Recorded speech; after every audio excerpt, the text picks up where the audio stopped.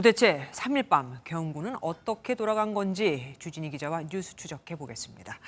주 기자, 앞서 전해드리긴 했지만 결국 국방장관이 모두 다 진두지휘했다 이렇게 보면 되는 겁니까? 네, 앞서 전해드리긴 했지만요. 김용현 전 장관의 말은 들어보지 못했지만 박안수 육참총장의 말을 정리를 해보겠습니다. 3일 밤 10시 23분쯤 박 총장은 김용현 전 장관에게 계엄사령관 임무를 맡게 됐다고 듣습니다. 네. 그리고 10시 25분쯤 대통령이 비상계엄을 선포하고 30분쯤 국방부는 전군 지휘관 화상회의를 합니다. 여기서 김 전 장관이 계엄사령관과 부사령관이 누군지 밝히게 됩니다.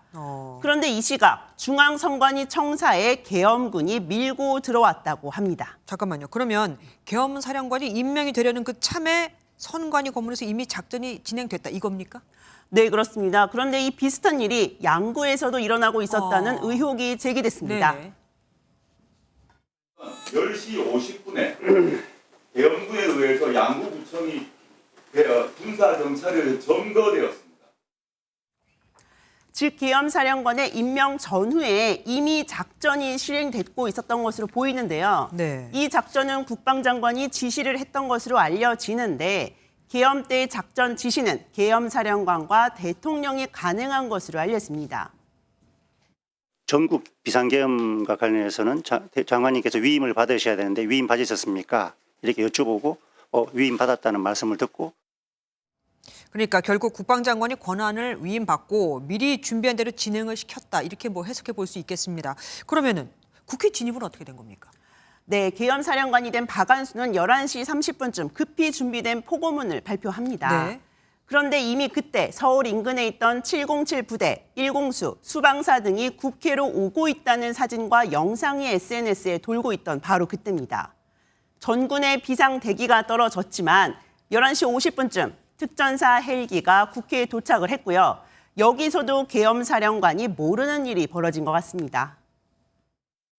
당시 수방사령관이 국회 현장에 와서 상주를 했다고 그러는데 상주를 시킨 상황은 아니고 통화하는 중에 현장에 있는 걸 확인했습니다. 국회에 사령관급이 있었던 겁니다. 대통령이 당시 국방부에 왔다는 말이 있던데 이때 어떤 말을 하고 갔다고 합니까? 네, 앞서 전해드렸지만 윤 대통령은 이제 해제 결의안이 통과된 직후에 지휘통제실에 있었다고 하는데 한번 들어보시겠습니다. 네. 군이 국회 하나 장악하지 못하냐 이렇게 경로한 거 들은 적 있습니까? 들은 거 없습니다. 또 질의 중에 계엄 군인들이 사령관들의 지시를 납득하지 못한 듯한 정황도 나왔습니다. 방첩사 체포소가 국회의원들을 체포하지 않겠다고 하니까 방첩사 수사단장 이분이 욕설을 해가면서 결국 이 비상계엄은 해제 의결안이 통과되자 계엄군이 1시 11분쯤 철수하면서 마무리 짓게 됩니다. 군의 명령 불복종 이거를 참 고맙다고 해야 될지 나쁘다고 해야 될지 모르겠습니다. 지금까지 주진희 기자와 함께했습니다. 수고하셨습니다.